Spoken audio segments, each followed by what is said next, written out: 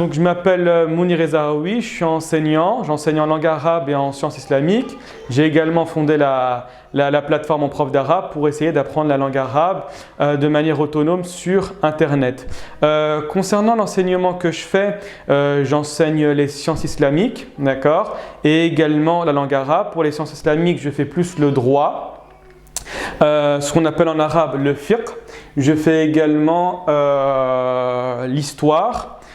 Et en langue arabe, je fais les premières et les deuxièmes années au sein de l'Institut Al-Shartibi à Stein. Voilà, concernant ce que je fais dans la vie. Je suis également diplômé en sciences islamiques et en langue arabe auprès de l'IESH de Saint-Denis, l'Institut européen des sciences humaines de Paris.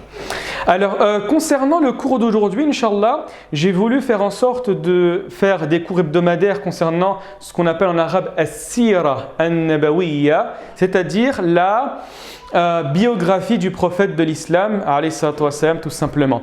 Pourquoi ce choix-là? Tout simplement pour deux grandes raisons. La première des choses, c'est que malheureusement en langue française, c'est assez rare de trouver des cours complet, je dis bien complet, sur cette question-là, raison pour laquelle je vais essayer de structurer les propos de manière cohérente, de manière chronologique, mais également en rentrant dans les profondeurs de la question de la biographie du prophète sallallahu alayhi wa sallam pour essayer de mettre en avant véritablement qui était Mohammed alayhi wa sallam. Et la deuxième des causes, c'est une résultante, tout simplement, une raison de l'environnement que l'on vit aujourd'hui, principalement en France. Vous savez que le prophète sallallahu alayhi wa sallam récemment a été caricaturé à plusieurs reprises et malencontreusement, certaines personnes ont réagi à ces caricatures d'une manière qui ne plaît pas au prophète de l'islam. Le prophète, durant toute sa vie, a été insulté. Il a été traité de menteur, il a été traité d'imposteur, il a été traité de poète, de fou, etc. Et en aucun cas, il a utilisé la violence pour pouvoir résoudre ce genre de problème. D'accord?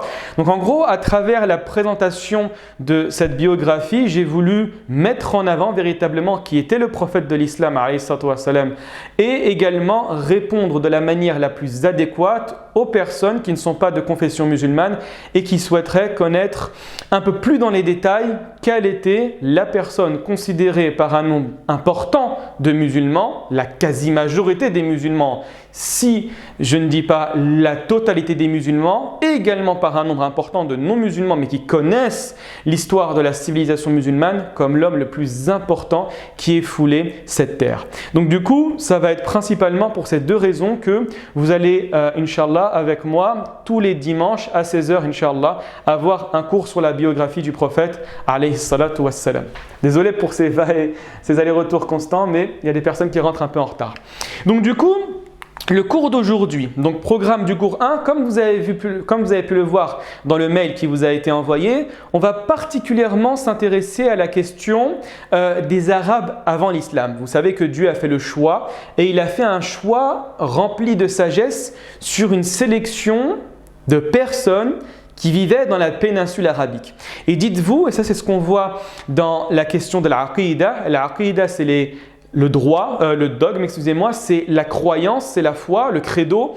La première des choses qu'on voit, dès lors qu'on va s'intéresser au divin, c'est de se dire que toutes les actions que Dieu réalise sur terre, qu'elles soient claires ou ambiguës, il y a toujours une sagesse qui va se manifester. Que la sagesse, tu la maîtrises, que la sagesse, tu ne la maîtrises pas, il y a toujours, pour quiconque cherche la vérité, une sagesse au choix que fait le divin.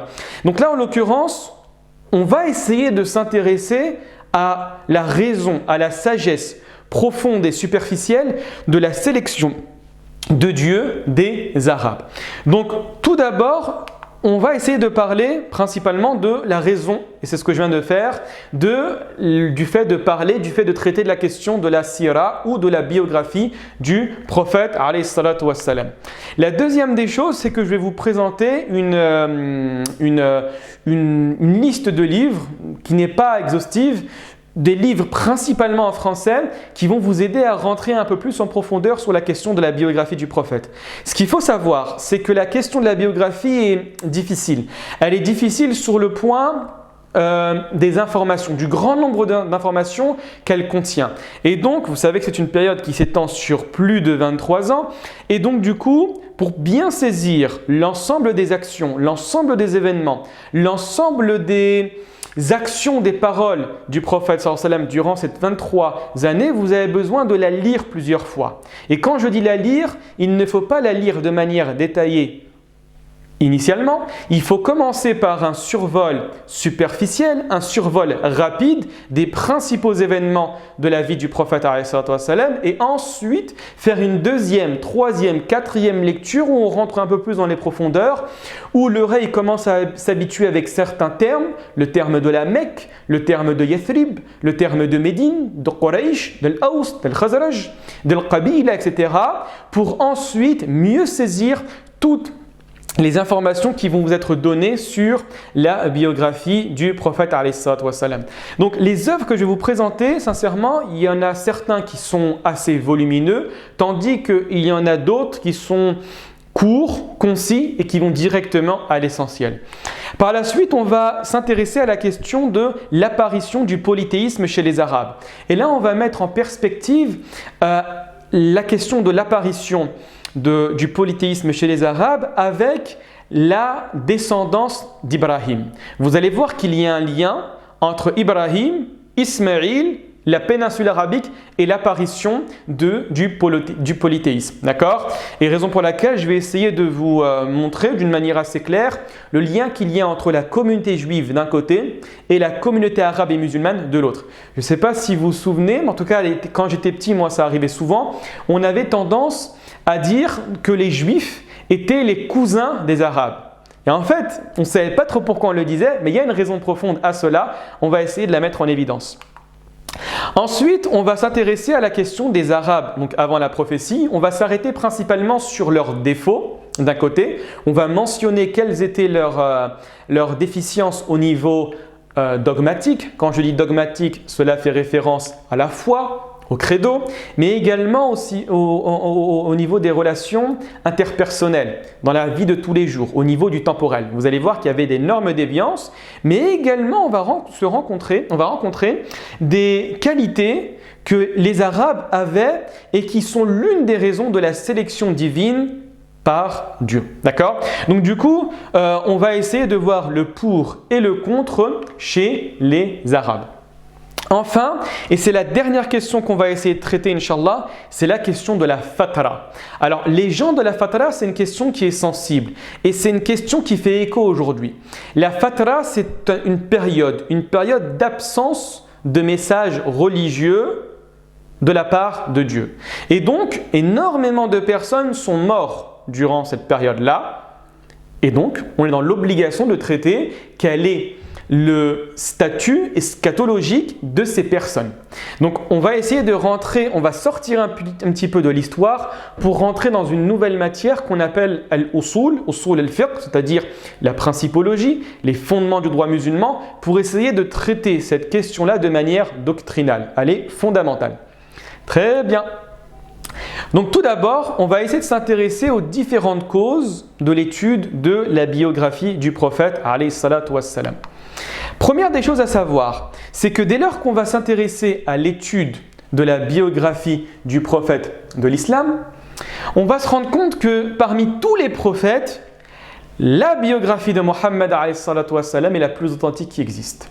Quand vous prenez le Pentateuque, la Torah, d'accord, l'Ancien Testament, on parle effectivement de Moïse. Mais on va se rendre compte, comme l'a mis en évidence Maurice Bucaille dans son livre « Le Coran, la Bible et la science », il vous met en évidence qu'il y a certains problèmes au niveau de l'authenticité de la Torah, en vous disant qu'initialement elle a été perdue et qu'elle a été réécrite par la suite. C'est exactement la même chose qui s'est passé pour les évangiles, pour le Nouveau Testament. Vous savez que la question des nouveaux évangiles est délicate, elle est tendancieuse. Pourquoi ? Parce que l'Église a décidé de canoniser certains évangiles, c'est-à-dire qu'elle a rendu comme officiels certains évangiles tandis qu'elle a passé sous silence, elle a considéré comme apocryphes. Apocryphes, ça veut dire non véridiques dans le sens qui n'ont pas été acceptés par l'Église, un nombre important, plus de 90 si mes souvenirs sont bons, d'évangiles. Donc du coup, parmi tous les évangiles qui ont été présentés, l'Église en a reçu seulement 4 qui vont commencer à parler de la vie de Jésus quelques années avant sa mort pour les chrétiens et son élévation au ciel pour les musulmans. Donc du coup, il y a quelques problèmes au niveau de l'authenticité. Quand on s'intéresse par contre à la biographie du prophète de l'islam, on se rend compte qu'absolument tous les éléments ont été mentionnés de sa vie. Et vous savez, et c'est l'une des particularités de la communauté musulmane, c'est qu'elle a mis en place une nouvelle science. Une science fondamentale pour détecter le vrai du faux. C'est ce qu'on appelle la science du ulum al-hadith, la science du hadith, où véritablement, pour savoir si la parole qui a été attribuée au prophète sallallahu alayhi wa sallam est fausse ou est vraie, on va faire une critique totale, profonde, extrêmement impressionnante de la chaîne de transmission des narrateurs, de la continuité ou de la discontinuité de la chaîne, pour essayer de savoir si la parole qui a été attribuée au prophète sallallahu alayhi wa sallam ou à l'un de ses compagnons ou à un successeur, ce qu'on appelle le tabi'in, est vraie ou fausse. Raison pour laquelle, quand vous voulez vous spécialiser dans l'une des sciences de l'islam, parce que vous savez que le savant de l'islam doit se spécialiser à l'image du médecin qui se spécialise. Vous avez un tronc commun et par la suite, arrivé à un certain moment d'année d'études, vous vous spécialisez dans un domaine. Et parmi les spécialisations qui vont ressortir du droit des sciences musulmanes, c'est la spécialisation dans le hadith. Et comme disait le Khatib al-Baghdadi, pour être spécialiste dans l'une des sciences du hadith qui dépasse les 40, vous avez besoin le temps d'une vie. Donc en gros, ça demande énormément de travail, énormément d'efforts pour connaître la véracité ou le caractère erroné ou faux d'une parole attribuée au prophète sallallahu alayhi wa sallam. Et donc, quand on s'intéresse à la sira, c'est-à-dire à la biographie du prophète sallallahu alayhi wa sallam, on va mettre énormément de textes les uns à la suite des autres et on va analyser est-ce que ce texte est véridique ou bien est-ce que ce texte est faux. Et donc du coup, qu'est-ce qui va se passer par la suite? On va avoir une biographie qui rentre dans tous les détails de la vie. Et quand je vous dis tous les détails, c'est absolument tous les détails. Certains détails intimes, la manière dont le prophète sallallahu alayhi wa sallam avait l'habitude pour manger, pour boire, pour s'asseoir, excusez-moi, même pour aller aux toilettes, nous connaissons précisément les manières que le prophète sallallahu alayhi wa sallam faisait. Alors, si nous connaissons ces détails les plus intimes, qu'en est-il du reste? Qu'en est-il de toute la manière dont était le prophète sallallahu alayhi wa sallam concernant les qualités, sa manière de vivre, sa relation avec les gens? Et véritablement, les savants ont fait un énorme effort pour mettre en évidence toute cette histoire, toute cette biographie. Continuons, Inch'Allah. La deuxième des choses, c'est qu'il faut savoir que le renforcement de la foi, c'est-à-dire la plénitude de la foi, est conditionné à l'amour du prophète de l'islam. Et c'est vrai. C'est-à-dire que le prophète, dans un hadith, nous dit que « La yu'minu ahadukum » nul d'entre vous ne croit.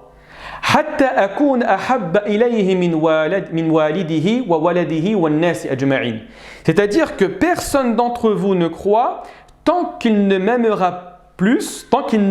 pas plus que ses enfants, que ses parents et que l'ensemble des personnes. Ici, comprenez pas la présence de la foi, mais comprenez la plénitude de la foi. Parce que c'est vrai que dès lors que vous allez apprendre la sira du prophète sallallahu alayhi wa sallam, vous ne pouvez que l'aimer. Raison pour laquelle l'imam Ibn Hajar al-Asqalani vous dit, pour prouver la véracité de l'islam, il suffit de présenter la sira. Parce que c'est vrai, que c'est impressionnant.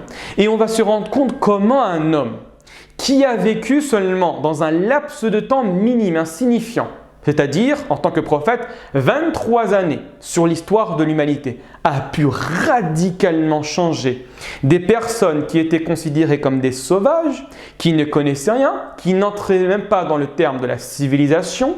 Il a fait en sorte que ces personnes deviennent des guides pour l'humanité. Comment a-t-il fait ?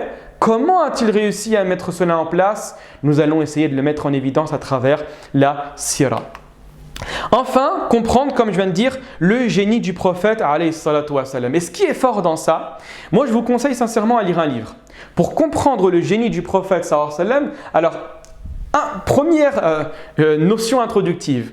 Quand un orientaliste ici comprenait personne qui va étudier l'islam, qui n'est pas musulmane, pour essayer d'ébranler, pour essayer de déstabiliser, de décontenancer les fondements de l'islam. Il va étudier l'islam pour pouvoir attaquer l'islam dans le domaine scientifique. Quand un orientaliste va dire que le prophète alayhi salatu wassalam était un génie, c'est extrêmement péjoratif. Pourquoi? Parce qu'il veut dire par là qu'il était quelqu'un de très intelligent. Il a prétendu être prophète et grâce à son génie, les gens l'ont cru. Ici, ce n'est pas bien évidemment le sens que je donne au génie du prophète sallallahu alayhi wa sallam.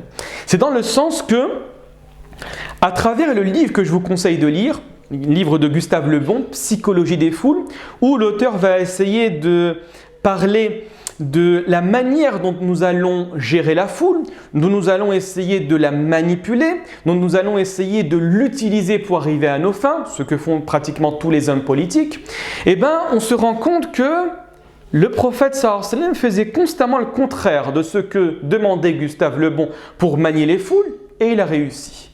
C'est-à-dire qu'en général, on te demande pour manier une foule, pour manipuler des masses, de mentir, de jouer avec les émotions, de mettre en avant la peur, d'essayer d'être la personne la plus importante, de te faire croire en tout cas comme une personne mégalomane. Et qu'à chaque fois que le prophète sallallahu alayhi wa sallam manifestait, parlait, à chaque fois qu'il invitait les gens à Dieu, il faisait totalement le contraire de ce que demandait Gustave Le Bon. C'est impressionnant. Dans le sens, en restant constamment accolé à la sincérité, aux principes fondateurs de la religion, le prophète sallallahu alayhi wa sallam a réussi.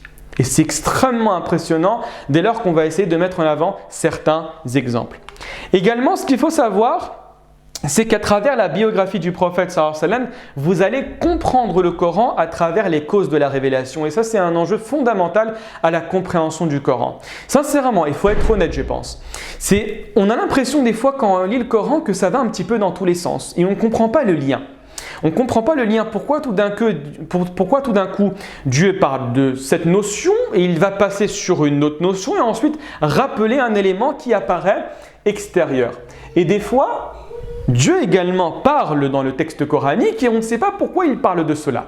Et enfin, quand vous essayez de lier l'ensemble du texte coranique aux causes de la révélation et donc à la vie du prophète sallallahu alayhi wa sallam, vous comprenez le Coran de manière beaucoup plus profonde et de manière beaucoup plus cohérente qu'une lecture rapide, superficielle et qui, je suis désolé pour les allées et venues, est beaucoup plus profonde, beaucoup plus intéressante qu'une lecture simplement superficielle. Je vous donne quelques exemples.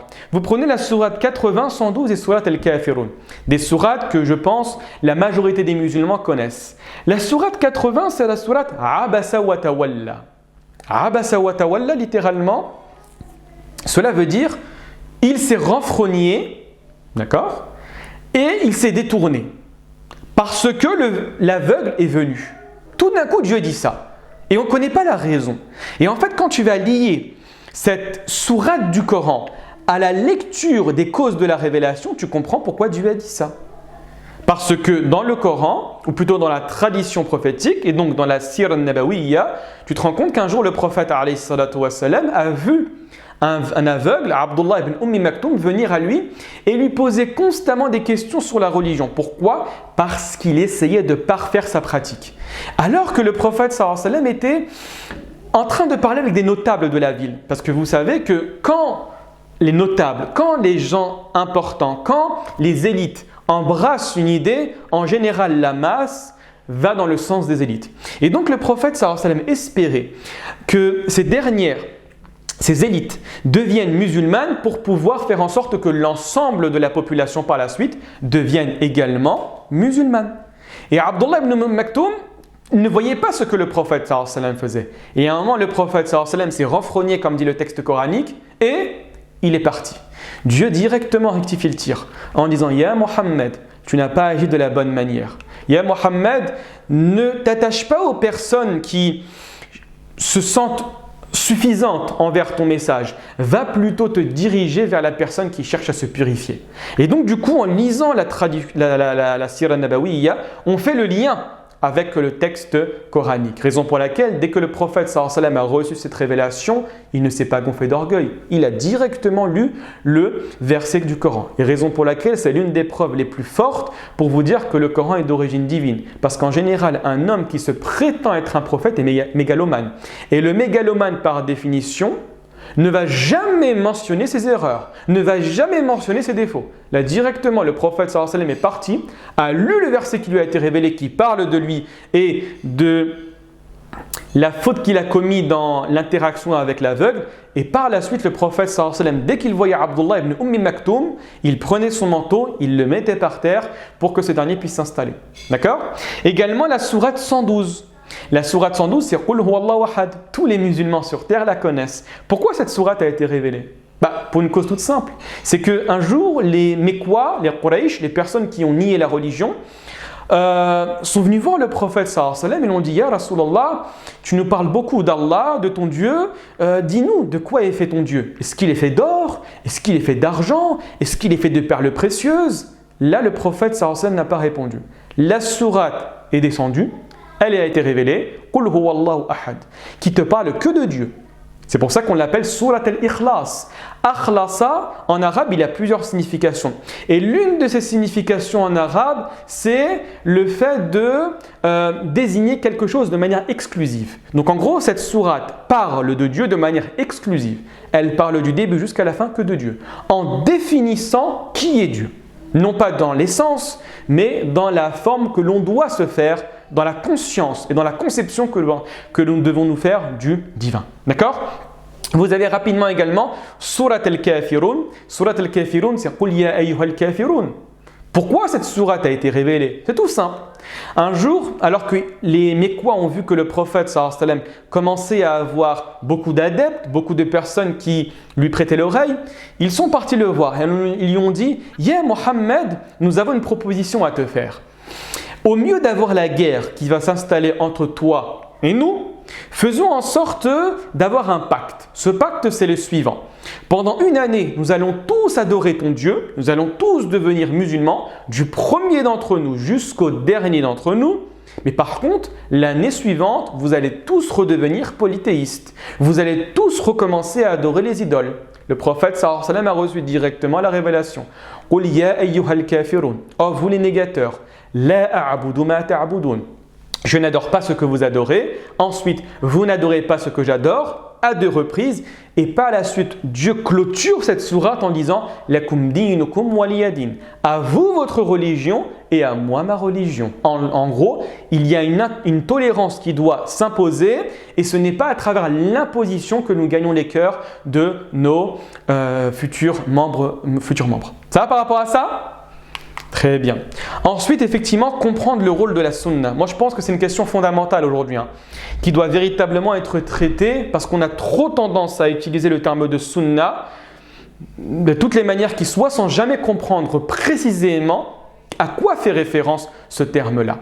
La sunna, sans rentrer dans les détails et sans faire la distinction dans le domaine juridique, dans le domaine de la principologie, ce qu'on appelle l'usul, ou bien dans le domaine des sciences du hadith. Comprendre la sunna, la tradition du prophète sallallahu alayhi wa sallam, c'est quoi ? C'est comprendre comment le prophète sallallahu alayhi wa sallam a appliqué le texte coranique. D'accord ? C'est ça la sunna, de manière générale, bien évidemment, sans rentrer dans les détails. Mais initialement, la sunna sert à quoi ? Elle sert à te dire, tiens, tu as un texte, ce texte peut être interprété de différentes manières, et qui est-ce qui va me montrer le mode d'emploi de l'application du Coran ? C'est le prophète sallallahu alayhi wa sallam. Et tu connais la manière dont tu vas appliquer le texte coranique à travers quoi ? À travers sa biographie. Ça va par rapport à ça ? Donc ça, c'est la première question. Maintenant, quelques ouvrages de référence. Alors, première des choses, moi, il y a vraiment un livre que je vous conseille principalement pour les francophones, et c'est la quasi-majorité, je pense, d'entre nous, c'est Mohammed, vie du prophète de Tariq Ramadan.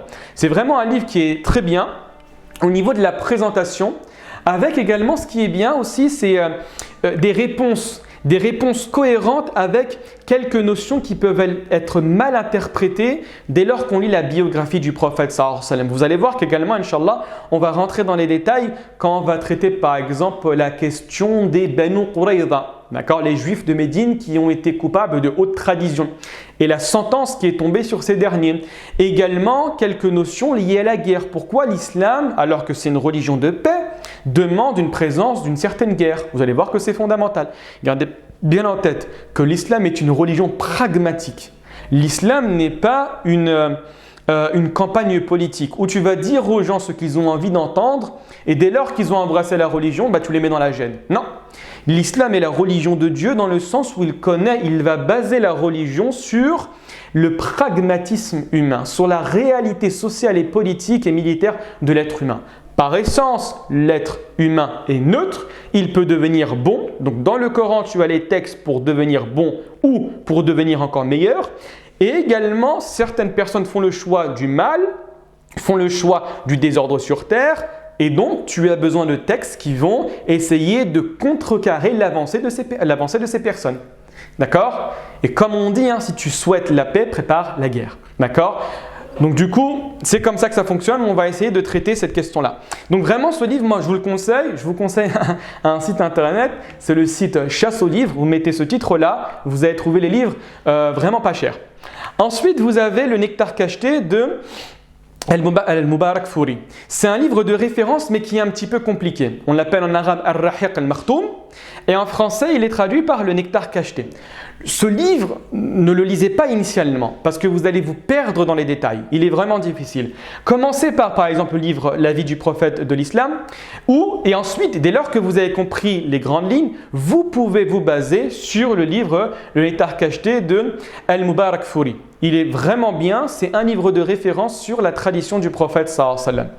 Ensuite, il y a un autre livre que je conseille, c'est Le vrai visage du prophète Mohammed sallallahu alayhi wa sallam de Nourdin Aoussat. C'est ce livre-là qui a été écrit juste après les caricatures du prophète sallallahu alayhi wa sallam en 2006. Vraiment, c'est un livre qui est bien, mais malheureusement qui ne peut pas être vendu.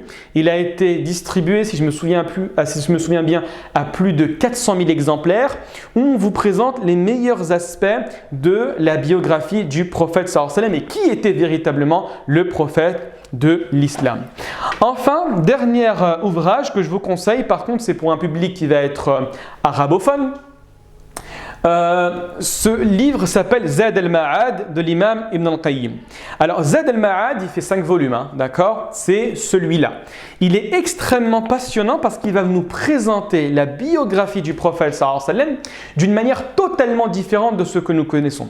C'est-à-dire qu'il va parler les habits du prophète sallallahu alayhi wa sallam et il vous donne tous les textes de référence sur les habits du prophète sallallahu alayhi wa sallam, sa manière de voyager, sa manière de manger. Et donc du coup, tu vas te sentir très proche du prophète sallallahu alayhi wa sallam parce que tu vas essayer non pas de voir sa vie de manière chronologique, mais tu vas rentrer dans les détails de sa vie. C'est vraiment un livre passionnant qui prend du temps à être lu, mais malheureusement qui existe que en langue arabe. Je ne sais pas si la traduction en français a été faite ou achevée, mais en tout cas, vous mettez peut-être dans Google, vous écrivez Ibn al-Qayyim, vie du prophète, Zad al-Ma'ad, et vous voyez, c'est une traduction qui existe en français. Très bien. Maintenant, commençons à rentrer dans le vif du sujet. Comment l'islam, d'accord? Comment, le polythéisme, ce qu'on appelle en arabe le shirk, je pense que c'est un terme que vous connaissez tous. Comment le shirk est apparu dans la péninsule arabique? Commençons tout d'abord avec la relation qui existe entre Ismaïl et les Arabes. Là, je vais faire un petit peu d'histoire rapidement. Vous allez voir, c'est extrêmement simple.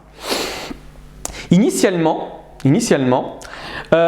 vous avez Ibrahim. Ibrahim a été envoyé en tant que prophète et ce qui est bien dans le Coran, ce qui est assez spectaculaire, c'est que Dieu a dit qu'Ibrahim était une umma, une communauté. Alors que quand on voit les personnes qui l'ont suivi, ça frôle le zéro. D'accord? Il y avait effectivement ses femmes, Hajar et Sarah. Il y avait également son neveu, Lot, d'accord, le prophète Lot. Il y avait également son fils, bien évidemment, Ishaq et Ismaïl. Mais en dehors de ça, rares sont les personnes qui l'ont suivi. Et dans le Coran, Dieu il dit que Ibrahim est une communauté. Et après, on se rend compte, mais pourquoi? En fait, quand on commence à gratter un petit peu, on se rend compte que Ibrahim, l'un de ses noms est le père de tous les prophètes, Aboul Anbiya. Il est quasiment le père de l'ensemble des prophètes mentionnés dans le Coran. Pourquoi? Parce que regardez bien, Ibrahim a eu plusieurs enfants. Les deux enfants les plus importants sont d'un côté Ishaq et de l'autre côté Ismaïl. D'accord? Ishaq et Ismaïl. Ismaïl, les savants divergent pour information, d'accord? La quasi-majorité des savants vont dire que c'est Ismaïl qui devait être égorgé. Vous connaissez tous l'histoire de l'égorgement d'Ismaïl. Et certains, et c'est la communauté judéo-chrétienne qui va dire que ça devait être Ishaq. Même au sein de l'islam, pour information, vous avez une divergence pour être tout à fait honnête intellectuellement. Et donc, on va commencer par Ibrahim qui est là, qui a eu un enfant Ishaq. Ishaq a eu un enfant qui s'appelle Ya'qub. Ya'qub, qui c'est? Il avait un deuxième prénom. Ya'qub, c'est Israël. C'est Israël. D'accord? C'est Israël. Et donc, Israël, lui, a eu plusieurs enfants. Parmi les enfants, vous avez Binyamin, vous avez Youssouf. Et vous avez ce qu'on trouve dans les textes anciens, dans les textes de la Bible, les prophètes. Ce qu'on appelle en arabe al-asbat. 12 enfants qui ont eu des enfants, qui ont eu des enfants, qui ont eu des enfants. Ces 12 enfants sont la base des enfants d'Israël, les 12 tribus juives des enfants d'Israël. D'accord? Et donc, parmi tous les descendants de Ya'qub, à savoir Israël, raison pour laquelle on les appelle Banu Israël, les enfants d'Israël, vous avez le prophète Moussa, vous avez le prophète Daoud, vous avez le prophète Suleyman, vous avez le prophète Isa, le dernier des prophètes.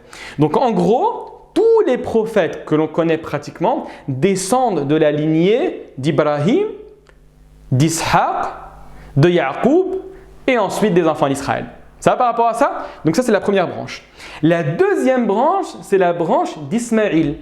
Ismaïl, lui, est le fils d'Ibrahim et parmi les descendants d'Ismaïl, il n'y a eu qu'un prophète. Qui c'est? C'est Mohammed sallallahu alayhi wa sallam.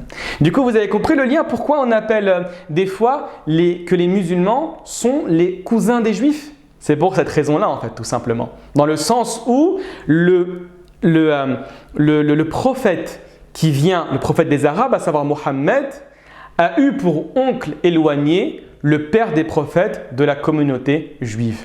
Ça va par rapport à ça? Donc en gros, c'est ça le lien. Et donc du coup, initialement, Ismaïl est le premier qui s'est installé à la Mecque, d'accord? Avec l'histoire que l'on connaît tous, avec sa mère Hajar qui a couru entre Safa et le Marwa et la présence de l'eau Zemzem. Donc du coup, qu'est-ce qu'on se rend compte? On se rend compte tout simplement que les Arabes initialement étaient monothéistes. Ibrahim est venu, il a bâti la Kaaba avec son fils Ismaïl, il a enseigné aux gens les bases du monothéisme parce que c'était un prophète bien évidemment et donc du coup la base première dans la péninsule arabique ce n'est pas le polythéisme, c'est le monothéisme, d'accord? Ça c'est fondamental à saisir. Ensuite vous avez un homme qu'on appelle Amr ibn Luhay al-Khuzai. Cet homme-là était un notable de Quraysh. Vous allez voir Quraysh, par la suite on va essayer d'expliquer précisément dans les prochains cours qui il était, d'accord? Et qu'est-ce que signifie le terme de Quraysh? Et donc Amr ibn Luhay était un homme important, un notable, on lui faisait confiance, on le considérait comme une personne faisant partie de l'élite. Et un jour pendant un voyage en Syrie, la Syrie c'est une grande terre, on appelle ça en arabe Sham, qui englobait la Syrie, la Jordanie, la Palestine, d'accord? En gros. Il est parti là-bas et il a vu que les gens adoraient des statues. Et il s'est dit en son fort intérieur que c'est quelque chose de bien d'avoir des idoles pour mettre un lien, pour mettre un intermédiaire entre Dieu et l'être humain. D'accord? Et la deuxième des choses, il s'est dit qu'également, c'est la terre de l'ensemble des prophètes. D'accord? Ard Sham, la terre de la Syrie en gros, c'est une terre bénie. Donc puisque ces personnes qui ont vécu dans une terre bénie adorent des idoles, il serait bien évidemment, à plus forte raison logique, d'adorer les idoles à la Mecque. D'accord? Donc qu'est-ce qu'il a fait? Il a ramené une idole à la Mecque, l'idole qu'il a appelée Hubal, et il a demandé aux gens de commencer à adorer cette idole-là. Non pas d'adorer directement cette idole, bien évidemment, mais de passer par cette idole pour demander à Dieu, la progéniture, le bien, l'éloignement des calamités, etc. D'accord? Également, ce qu'il faut savoir, c'est que comment les idoles se sont implantées. Alors en fait, vous avez comme je viens de vous dire, l'installation initialement de Hubal, mais comment cela s'est généralisé? Vous avez 3 grandes idoles que je vais mentionner qui se sont installées dans la péninsule arabique. Vous avez la statue Manet.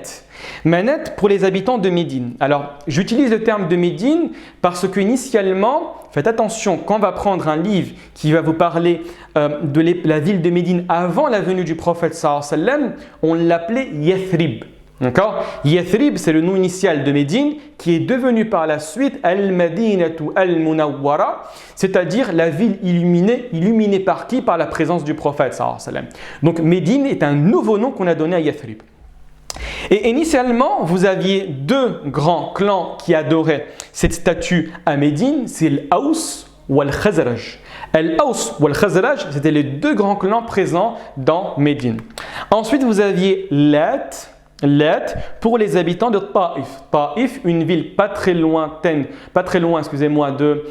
la Mecque. Vous savez, la ville où le prophète sallallahu alayhi wa sallam a été exclu par des enfants qui jetaient des pierres. D'accord?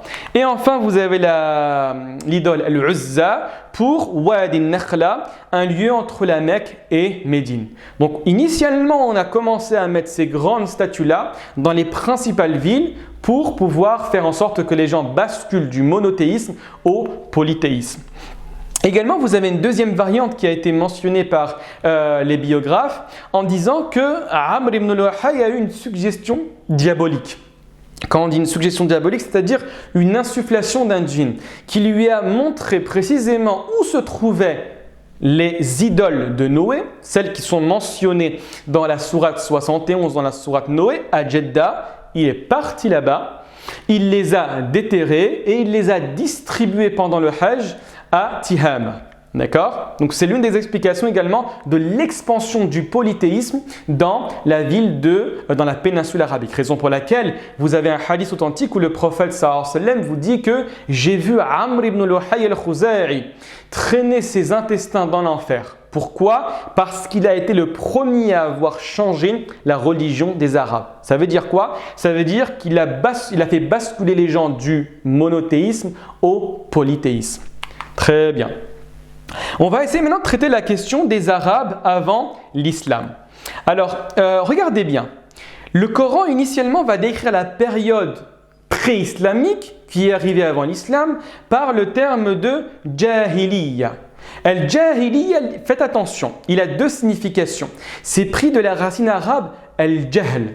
Al-Jahl, c'est l'ignorance. Mais ici, il ne faut pas comprendre l'ignorance par l'absence de savoir, parce que les Arabes avaient une petite, en tout cas à leur échelle, civilisation. Ils avaient énormément de principes, comme on va mentionner par la suite, et ils avaient également une littérature poétique qui est extrêmement développée. D'accord? Vous aviez de grands poètes avec Al-Mu'allaqat. Al-Mu'allaqat, ce sont 7 grands vers de poésie, 7 grandes poésies qui se sont installées dans les cœurs, c'est pour ça qu'on l'appelle Mu'allaqat, qui se sont installées dans les cœurs des Arabes, d'accord? Et c'est quelque chose de très beau, de très précis, qui vous parle des subtilités de la nature humaine, d'accord? Donc Al-Jahiliya ici faisait référence plutôt à un état de fait.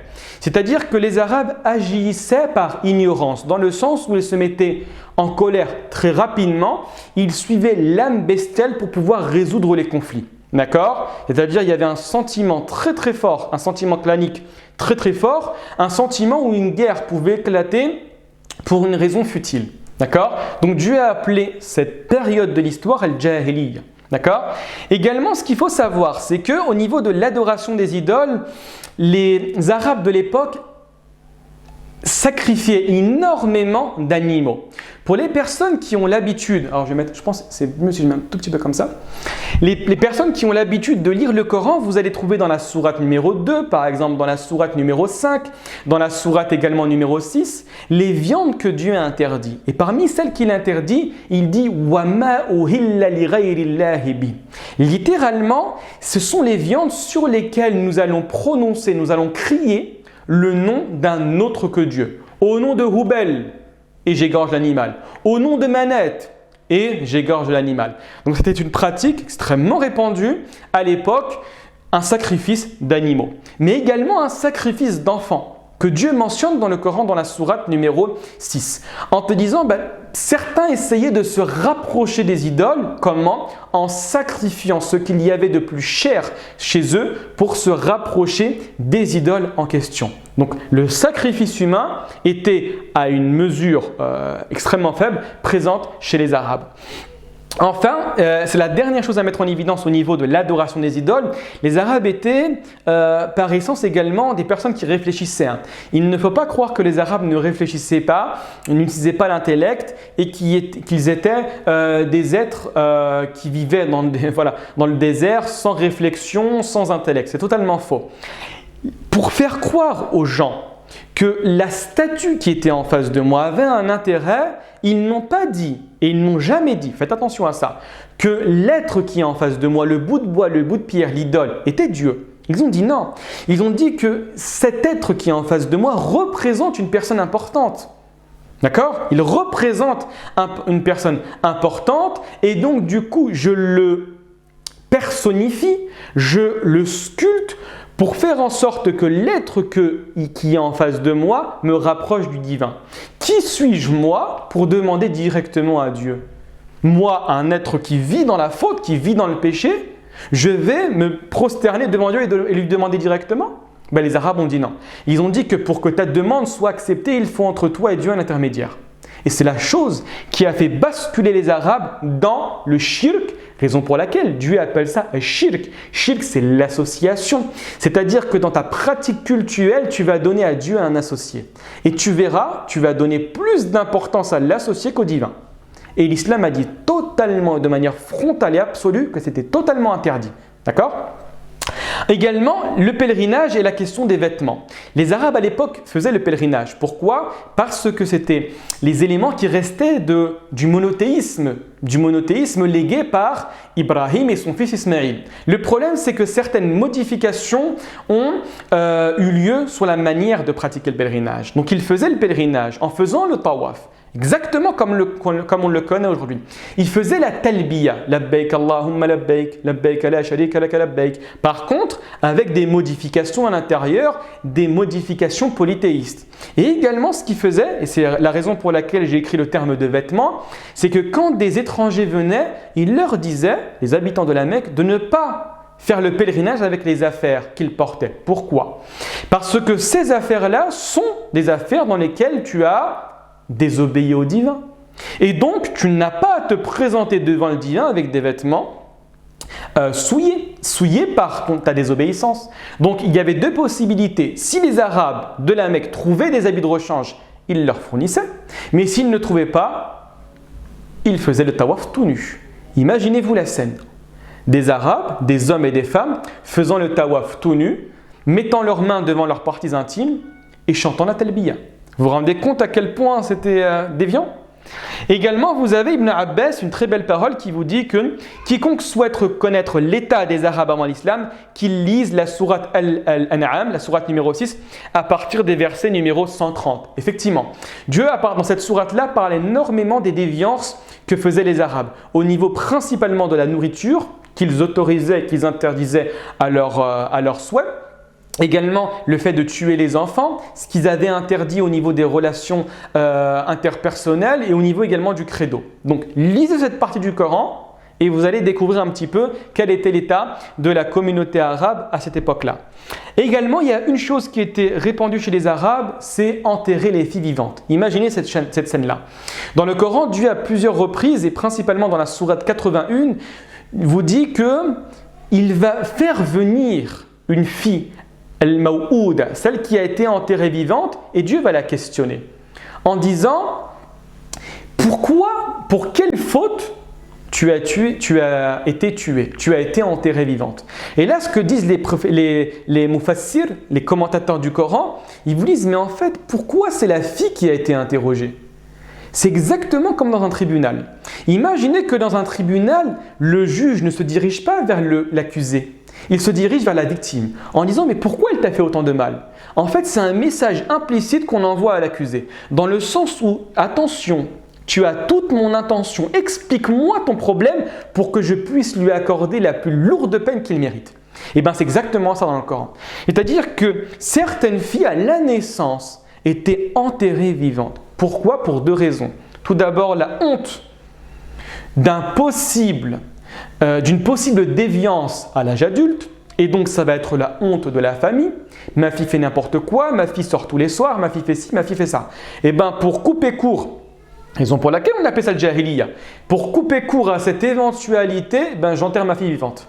C'est pas je la tue, je l'enterre vivante. Ou par la crainte de la misère. La femme, qu'est-ce qu'elle fait? Qu'est-ce qu'elle fait? À l'époque, la plupart des métiers étaient de secteur primaire. Tu travaillais dans la rue, tu travaillais dans les champs, tu travaillais à l'extérieur. La femme, qu'est-ce qu'elle faisait? C'était une bouche à nourrir supplémentaire. Donc, qu'est-ce qu'il se disait? Par crainte de tomber dans la misère, on tuait l'enfant et principalement l'enfant féminin. D'accord? Également, la consommation du vin à profusion. Et là, c'est très fort. Franchement, le Coran a été très fort dans la manière d'interdire le vin. Il l'a fait par étapes en disant que, c'est fort ce qu'on lit dans le Coran. Le Coran n'a pas directement fustigé l'alcool.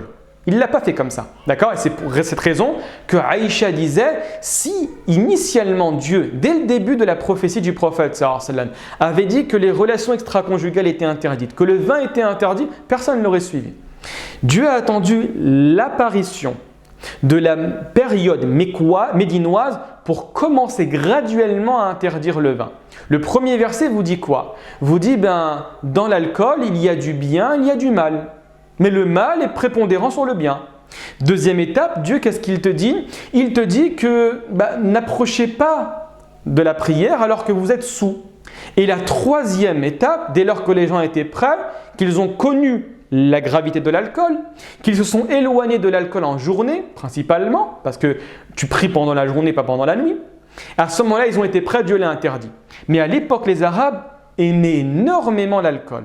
Ils en consommaient à profusion, raison pour laquelle il y a une habitude chez les Arabes, c'est dès lors qu'ils aiment quelque chose, ils lui donnent énormément de noms. Raison pour laquelle vous avez énormément de termes pour parler du vin en arabe, pour parler du lion en arabe, pour parler du serpent en arabe, parce que c'était des choses importantes dans la conscience arabe de l'époque. Également, le mauvais augure, ce qu'on appelle en arabe al-tatayyur. Je vous explique ça rapidement. À l'époque, vous vouliez voyager et vous ne saviez pas si c'était une bonne chose à faire ou une mauvaise. Donc, qu'est-ce qu'on prenait? On prenait un animal, principalement une gazelle ou un oiseau, et on le faisait fuir. Et ensuite, si il se dirigeait vers la droite, on considérait que c'était une bonne chose. Et s'il se dirigeait vers la gauche, on considérait que c'était une mauvaise chose. Et donc, il fallait reporter le voyage à l'année prochaine. Dieu, qu'est-ce qu'il a fait? Il a remplacé Tatayyur, d'accord, le mauvais augure, par ce qu'on appelle Salat al-Istikhara, la prière de consultation. Également, par contre, là, au niveau des qualités, et c'est vraiment les qualités les plus importantes que nous allons retrouver chez les Arabes, c'est la véracité. L'arabe ne disait jamais un mensonge. Vous prenez le Sahih d'Al-Bukhari, vous prenez dans les 10 premiers hadiths, si je me souviens bien, le long hadith entre Qaïsar, César et Abu Sufyan. D'accord? À ce moment-là, Abu Sufyan n'était pas du tout musulman. Et qu'est-ce qu'il dit à la fin? Abu Sufyan répondait aux questions de César en lui disant « Mais comment était Mohammed ?» Et à la fin, il lui disait que la vérité. Et à la fin, Abu Sufyan il disait « Wallahi, si je ne voulais pas, si je ne pensais pas que mes coreligionnaires allaient me traiter de menteur, j'aurais menti sur toute la ligne. » Et pourquoi? Il était l'ennemi le plus acharné du prophète sallallahu alayhi wa sallam, mais constamment il a dit la vérité à cause du prestige qu'il voulait garder. Également l'hospitalité. C'est connu, alhamdoulilah, c'est quelque chose qui reste dans la communauté musulmane jusqu'à aujourd'hui. L'hospitalité était connue, elle était extrêmement pratiquée chez les Arabes. Il n'y avait pas de honte à avoir un nouvel invité à la maison. On pouvait être très faible. Le fait de donner quelque chose, c'était quelque chose de considéré comme extrêmement important chez les Arabes. Le sens de l'honneur également. Ils respectaient également leur engagement et la générosité. Donc ça, ce sont des éléments qui étaient fortement présentes dans la communauté musulmane, dans la communauté pré-islamique et sur laquelle l'islam s'est basé pour pouvoir la décupler. D'accord? On avance parce que je crois qu'il ne reste pas beaucoup de temps. Alors pourquoi les Arabes? Là, c'est une très bonne question. Pourquoi Dieu a sélectionné les Arabes? Vous avez énormément de réponses sur cette question-là. Je vais essayer de mettre en avant 3 éléments fondamentaux qui vont essayer de nous faire comprendre la réponse à cette question. Tout d'abord, l'absence de civilisation à défendre. C'est vrai. C'est-à-dire que les Arabes n'avaient pas véritablement de civilisation, dans le sens où, dès lors que l'islam allait arriver, il n'allait pas rentrer forcément en contradiction en prétextant l'héritage des anciens. Et ça, c'est à mettre en opposition avec la civilisation grecque. D'accord? Si l'islam était venu auprès de grands intellectuels qui ont passé leur vie à réfléchir, qui se sont bâtis à travers de grandes réflexions de grands penseurs, vous prenez le cas de Socrate, de Platon, d'Aristote, d'accord, de Protagoras, ce sont des personnes qui ont fourni des idées, qui ont fourni des théories. Et donc, du coup, l'islam n'aurait pas pu pendant 23 ans montrer de ce dont il était capable. Pourquoi? Parce qu'il serait constamment dans le débat, constamment dans la contradiction. L'islam est basé et c'est arrivé sur une page vierge sur laquelle il pouvait se fonder et produire une nouvelle civilisation. Ensuite, la position géographique centrale. Bien évidemment, l'islam comparé à l'ensemble des autres religions est une religion universelle. D'accord? Le prophète sallallahu alayhi wa sallam le dit et les textes coraniques le mentionnent. Comme quoi le prophète de l'islam est un prophète envoyé pour l'humanité. Et pour que le prophète sallallahu alayhi wa sallam soit envoyé à l'humanité entière, il faut une position géographique centrale de par laquelle l'ensemble des contrées du monde vont être touchées. D'accord? Ça, c'est important à mettre en évidence. Ensuite, vous avez la 3e grande raison. Alors, ça, c'est une raison franchement qui est fondamentale. C'est que c'était un peuple au plus proche de la fitra. La religion de l'islam, et ça c'est fondamental à comprendre aujourd'hui, elle est basée sur la fitra. Et donc, elle est basée sur la disposition naturelle de l'être humain. L'islam n'est pas une religion qui est contre nature. L'islam est une religion qui va s'adapter à l'être humain. D'accord? Et qui va mettre en avant ses caractères les meilleurs et qui va essayer de mettre de côté ses tentations ou ses propensions à la bestialité. Mais il n'y a rien dans l'islam qui est contre-naturel. Il n'y a rien en islam qui est contre-naturel. D'accord? Ça, c'est important à mettre en évidence. Et c'est ce qu'on appelle la fitra. Et les Arabes, à cette époque-là, étaient la civilisation, le peuple le plus proche de la fitra. Ils ont vécu dans le désert, ils vivaient convenablement, comme je dis, sans civilisation, et ils n'avaient pas trop été altérés par des influences extérieures. Personne ne venait s'aventurer chez les Arabes. Donc, ils sont restés à travers la prédisposition première, sans changement, sans aliénation extérieure. Très bien. Maintenant, je termine avec la dernière question, Inch'Allah, la question des gens de la fatra. Ça, c'est fondamental à saisir pour bien comprendre l'évolution de l'islam et comment parler de certaines personnes qui n'ont pas reçu le message. Pour pouvoir expliquer qu'est-ce que sont les gens de la fatra, la première des choses, c'est de vous définir le terme de fatra. Ce qu'on appelle en arabe ahlu al-fatra. Ce sont les personnes qui vont vivre dans l'absence de message religieux. On prend le dernier cas de la fatra, c'est entre Jésus et Mohammed sallallahu alayhi wa sallam. Approximativement 600 ans entre les deux. Aucun prophète, on le sait de source sûre. D'accord? Entre les deux personnes, entre les deux prophètes, aucune personne. Beaucoup de personnes, excusez-moi, sont décédées. Donc, quel est le sort le jour de la résurrection? Je vais l'évoquer par la suite. Donc, du coup, les gens de la fatra, ce sont ces personnes-là. Mais vous allez voir qu'aujourd'hui, on va également avoir des gens de la fatra. C'est-à-dire des personnes qui ne vont pas recevoir le message coranique et donc qui, auprès de Dieu, ne sont pas considérés comme responsables. Donc, moi, je vais vous définir à quoi fait référence le mukallaf ou bien l'être responsable. En arabe, c'est le baligh al-aqil alladhi balaghathu da'watu al-islam wa qimat alayhi al-hujja. En français, cela signifie l'être doué de raison et pubère dont l'invitation à l'islam lui est parvenue avec l'ensemble des preuves péremptoires. Une preuve péremptoire est une preuve qui détruit d'avance toute objection contre quoi on ne peut rien répliquer. Donc du coup, la personne qui ne va pas être considérée comme Ahlul Fatra, les gens de la Fatra, les gens de ou qui ont vécu pendant l'absence de messages coraniques et donc religieux, c'est une personne qui va être douée de raison, qui va être pubère comprenez au-delà de 15 ans, d'accord? Aqil, qui a toutes ses facultés mentales, d'accord? Pour faire court, en fait, c'est beaucoup plus compliqué que ça, d'accord? Dont l'invitation à l'islam lui a été parvenue. Et regardez bien le terme que j'ai utilisé. L'invitation à l'islam, pas la prédication à l'islam. Le terme de prédicateur, je ne l'aime pas trop, ça fait trop féroce. Ça fait trop prédateur, d'accord? En islam, quand Dieu demande d'appeler les gens à l'islam, Dieu demande de les inviter. Et quand tu invites quelqu'un, tu lui souris, tu lui prépares un repas, tu lui parles convenablement pour ensuite lui parler de l'islam. Donc initialement, ce sont les personnes qui vont être invitées, donc d'une bonne manière, à l'islam. Non pas un islam dévoyé, non pas un islam politisé, non pas un islam manipulé, non pas un islam dévergondé. Non, l'islam. Ici, j'ai mis alif lam. Alif lam, c'est le ou la en français et il a plusieurs utilisations. Parmi les utilisations, c'est ce qu'on appelle l'ahd, c'est-à-dire l'islam qui est connu, l'islam que Dieu a révélé, non pas un islam qui a été modifié. Donc, c'est la troisième des conditions. Mais encore, c'est la personne dont l'ensemble des preuves péremptoires lui ont été mises en évidence. C'est-à-dire quoi? Un philosophe, un astrophysicien, un médecin qui va avoir certaines ambiguïtés avec la présence de Dieu ou avec le caractère prophétique de Mohammed sallallahu alayhi wa sallam, si il n'a pas l'ensemble de ces réponses, s'il n'a pas compris convenablement le sens de la religion de l'islam, il reste sur certaines ambiguïtés, il n'y a pas d'évidence, il n'y a pas de preuves péremptoires qui lui ont été présentées, cette personne auprès de Dieu a une excuse.